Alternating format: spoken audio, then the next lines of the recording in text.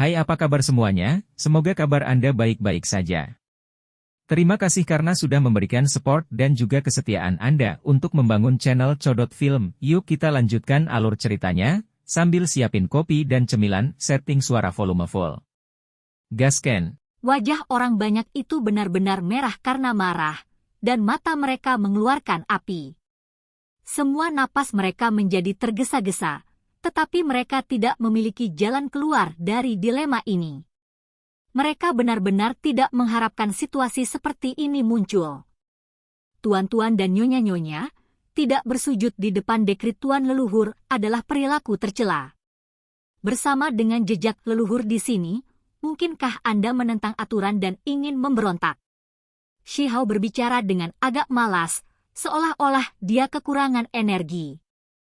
Namun, ketika semua orang mendengar suaranya, mereka merasa seolah-olah ada pisau yang menusuk daging mereka, memalukan dan menyakitkan.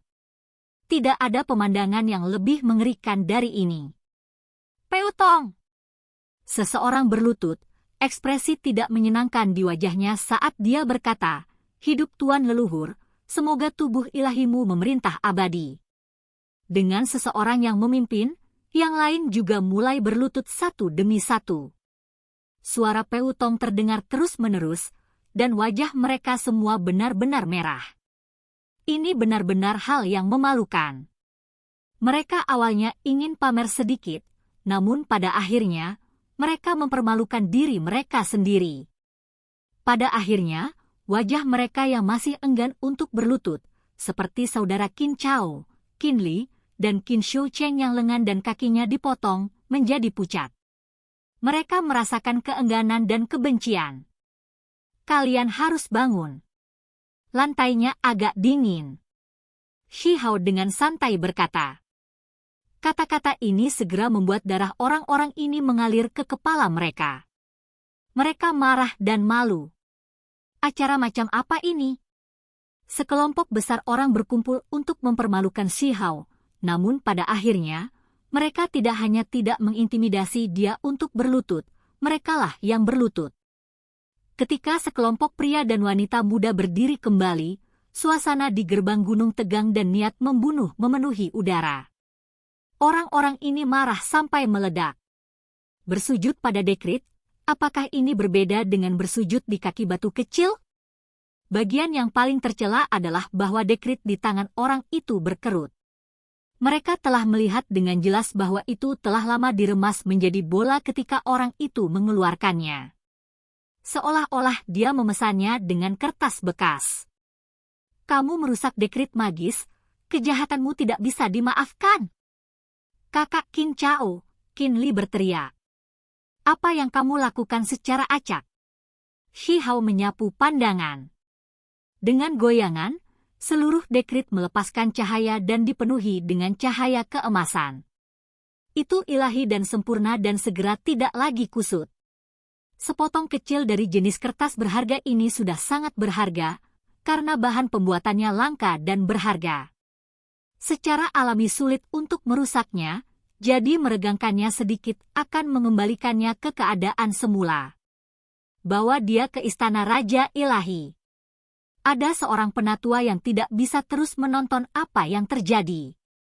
Jika ini terus berlanjut, siapa yang tahu jenis masalah apa yang akan muncul?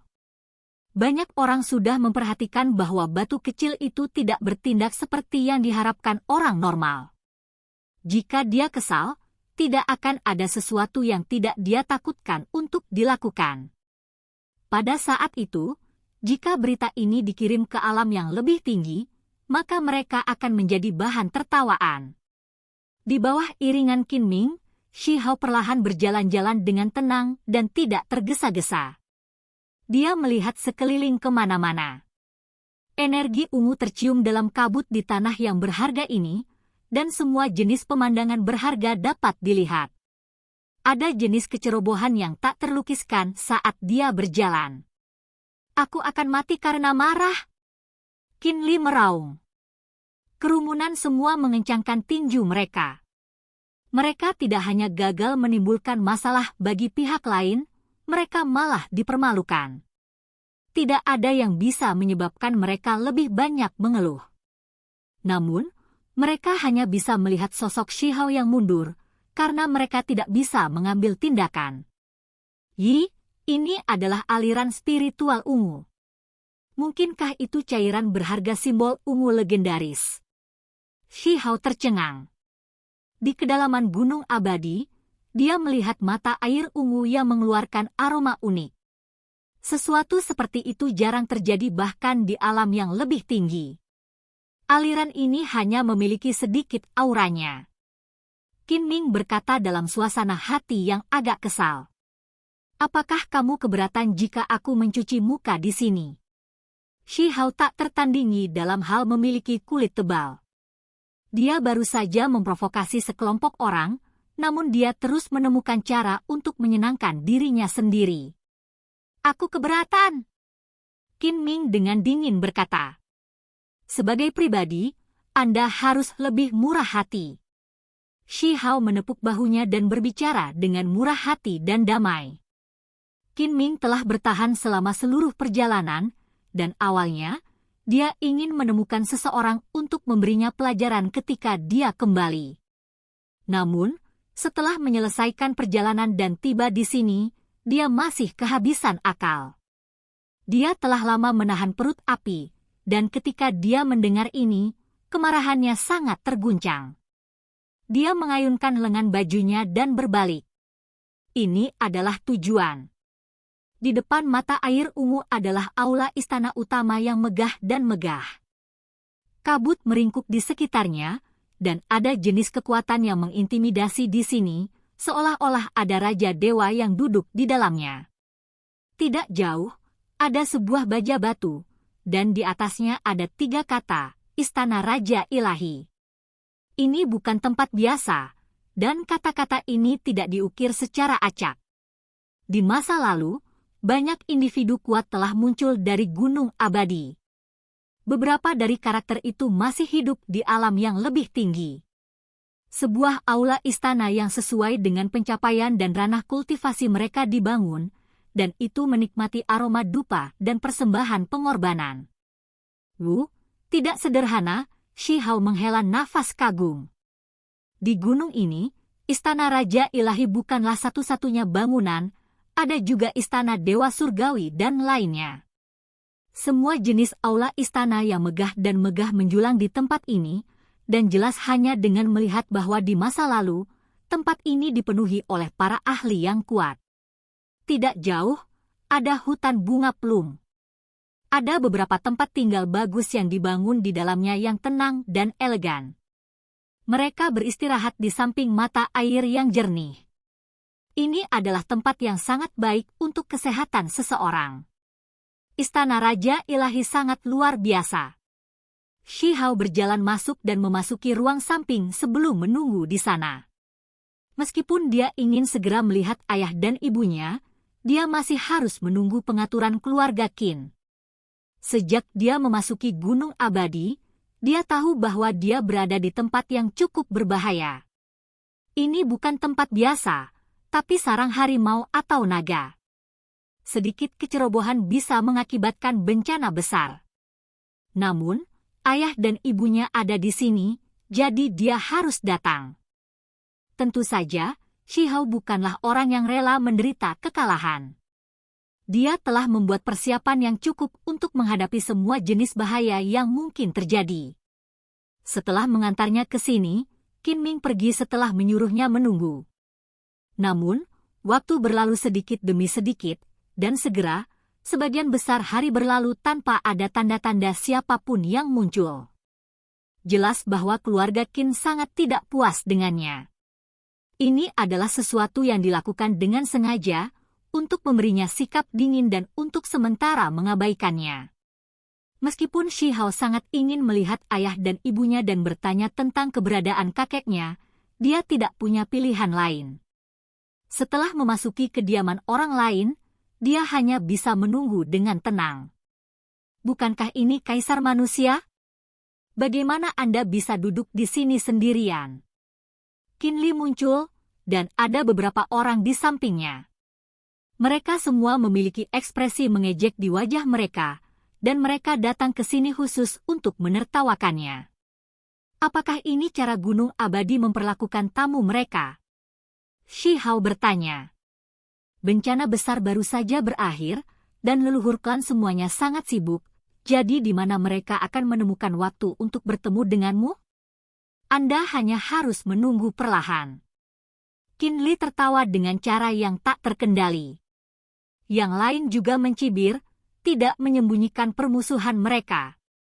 Batu kecil itu kuat, tetapi setelah memasuki klan Qin, bisakah dia tetap bertindak begitu kejam?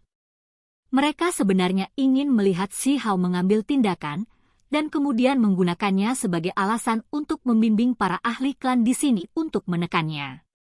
Shi Hao tidak lagi memperhatikan mereka. Dia duduk di sana dengan kaki disilangkan dan memejamkan mata untuk beristirahat.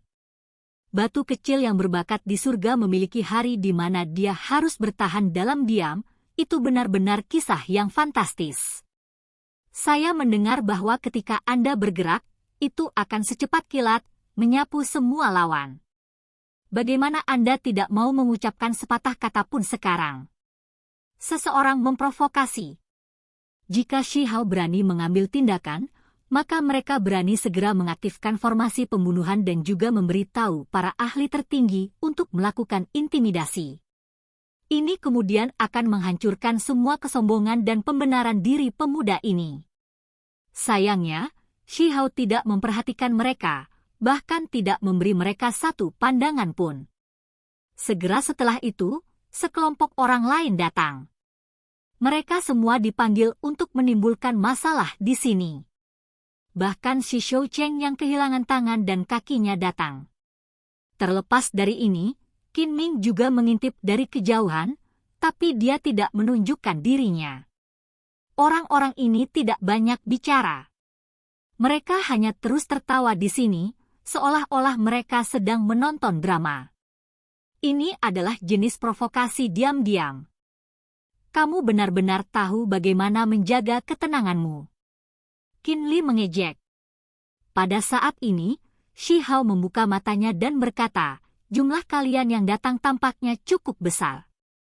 Dia bangkit dan melihat beberapa lusin orang di depannya dan dengan acuh tak acuh berkata, mengapa kalian semua tidak berlutut lagi? Setelah berbicara, dia mengeluarkan segumpal kertas yang kusut lagi. Setelah membukanya, cahaya keemasan mekar. Sialan, Qin Li hampir meledak menjadi serangkaian kutukan. Wajah Qin Shoucheng dan yang lainnya menjadi warna hati babi. Mengapa adegan ini muncul lagi? Namun, setelah memikirkannya dengan hati-hati, mereka masih membawa ini ke diri mereka sendiri. Mereka tidak bisa telanjang untuk berlutut lagi. Pada akhirnya, beberapa orang mengumpulkan keberanian untuk bersujud, dan yang lain berpura-pura seolah-olah mereka tidak melihatnya sebelum pergi dalam keadaan menyesal. Mereka bahkan tidak berani mengangkat kepala. Hati-hati, aku tidak akan mengirim kalian semua keluar. Jika Anda ingin bersujud, maka Anda dapat kembali ke sini kapan saja. Shi Hao berteriak mengejar mereka. Ini benar-benar memalukan, tetapi mereka tidak bisa berbuat apa-apa. Kerumunan tidak bisa lebih marah, dan mereka terus-menerus mengutuk. Jika klan tidak memberikan perintah untuk tidak mengambil tindakan, mereka akan lama memberontak. Dia kemudian menunggu 2 jam lagi, tetapi tidak ada yang datang, jadi Shi Hao mulai berkeliaran. Ketika Qin Ming muncul kembali, matanya melebar dan amarahnya berkobar. Shi Hao sebenarnya sedang mandi kaki sambil duduk di sisi mata air ungu sambil membawa ekspresi yang agak segar. Dia terlihat sangat nyaman. Seluruh wajah Qin Ming memerah karena menahan amarah. Dia sangat marah sehingga dia menunjuk sambil mengucapkan kata, "Kamu," 3 kali. Sangat sedikit air yang mengalir melalui mata air spiritual ini, dan biasanya digunakan oleh murid-murid yang lebih muda untuk memurnikan obat-obatan. Cairan spiritual yang langka dan berharga seperti itu sebenarnya digunakan olehnya untuk membasuh kakinya. Bagaimana bisa Qin Li dan generasi muda lainnya menanggung ini? Saya sangat bosan, kaki saya mulai sakit, jadi saya datang ke sini untuk sedikit bersantai. Shi Hao mengenakan sepatu dan kaos kaki dengan cara yang agak alami sebelum berdiri. Qin Ming sangat marah sehingga tidak ada kata-kata yang keluar, dan setelah itu, dia pergi dengan gusar, berkata, ada leluhur tua yang ingin bertemu denganmu. Dia benar-benar ingin memberi Shi Hao pelajaran dan sengaja tidak memberikan laporan kepada atasannya segera. Namun, menyeretnya keluar seperti ini bukanlah solusi, dan saat ini, dia tidak punya pilihan selain membawanya untuk melihat leluhur lama. Yang disebut leluhur tua adalah ahli tertinggi dan bukan leluhur kuno yang ilahi. Rambut dan janggutnya putih, dan dia memiliki penampilan yang agak ramah. Beberapa leluhur klan tidak begitu masuk akal. Tidak perlu memberi mereka banyak perhatian. Shi Hao mengangguk dan tidak mengatakan apa-apa. Ngomong-ngomong, kita adalah bagian dari keluarga yang sama, jadi kamu tidak perlu menganggap kami sebagai orang luar. Pakar tertinggi ini tersenyum ketika dia berbicara. Dia mulai mengobrol dengan Shi Hao, memberitahunya beberapa hal. Shi Hao ingin segera bertemu ayah dan ibunya. Adapun yang lainnya, dia agak lalai. Setelah topik bergeser beberapa kali, yang lebih tua akhirnya mengangguk dan memimpin jalan. Klan menganggap ayah dan ibumu cukup penting, memungkinkan mereka untuk berkultivasi di dalam tanah abadi. Biasanya berbicara, hanya leluhur tua ilahi yang memiliki kualifikasi untuk masuk, kata seorang tetua. Apakah mereka masih baik-baik saja? Shi Hao bertanya. Meskipun suaranya tenang, hatinya bergetar hebat. Dia akhirnya akan bertemu orang tuanya. Mereka cukup baik. Hukum alam di tempat itu lengkap dan dikelilingi oleh dao besar dunia. Ini seperti tungku dao yang tidak pernah mati. Berkultivasi di sana akan menghasilkan 2 kali hasil dengan setengah usaha, kata tetua sambil tersenyum. Sepanjang jalan, banyak orang menunjuk ketika mereka melihat Shi Hao tiba. Mereka sangat mengungkapkan keterkejutan mereka. Bagaimanapun, dia telah membunuh 2 ahli tertinggi dari Gunung Abadi, namun dia masih berani datang ke sini. Mereka semua mengungkapkan ekspresi terkejut. Jumlah orang di Gunung Abadi tidak banyak, tetapi ini hanya dibandingkan dengan sekte Mending Surga, sekte Barat, dan yang lainnya. Pada kenyataannya, aula istana menjulang tinggi di tempat ini, dan jumlah pembudidaya di klan ini pasti tidak sedikit. Sepanjang jalan, gunung-gunung yang menjulang tinggi muncul satu demi satu. Mereka semua melingkar dengan kabut abadi dan tumbuh subur dengan tanaman obat, membuat tempat ini terlihat seperti tanah suci untuk budidaya. Gunung-gunung besar ini semuanya mengelilingi tubuh gunung yang tampak aneh. Itu seperti telapak tangan saat ditekan ke tempat itu. Ini adalah puncak 5 fase yang paling terkenal. Lembah itu hanya di dalam puncak, dan orang bisa melihatnya bahkan dari jauh. Awan naik dan cahaya warna-warni bersinar dengan gemilang. Ramuan obat menutupi tempat ini dan pohon-pohon kuno berakar di pegunungan. Cukup jelas bahwa ini adalah tanah suci yang abadi. Tidak diketahui apakah lembah itu terbuka atau tidak. Itu hanya akan terbuka setelah waktu yang lama, karena ini adalah tempat yang digunakan leluhur tua ilahi untuk isolasi sebelumnya. Biasanya, kami tidak dapat menyebabkan gangguan apapun. Namun, berdasarkan berapa lama sejak terakhir dibuka, itu harus dibuka kembali dalam 2 hari ini, kata sesepuh. Ayah, ibu, aku datang untuk menemuimu. Shi Hao dengan bersemangat berteriak dengan suara nyaring. Oke guys, jangan lupa like, comment, share, and subscribe di channel Codot Film. See you next video, peace out and bye-bye.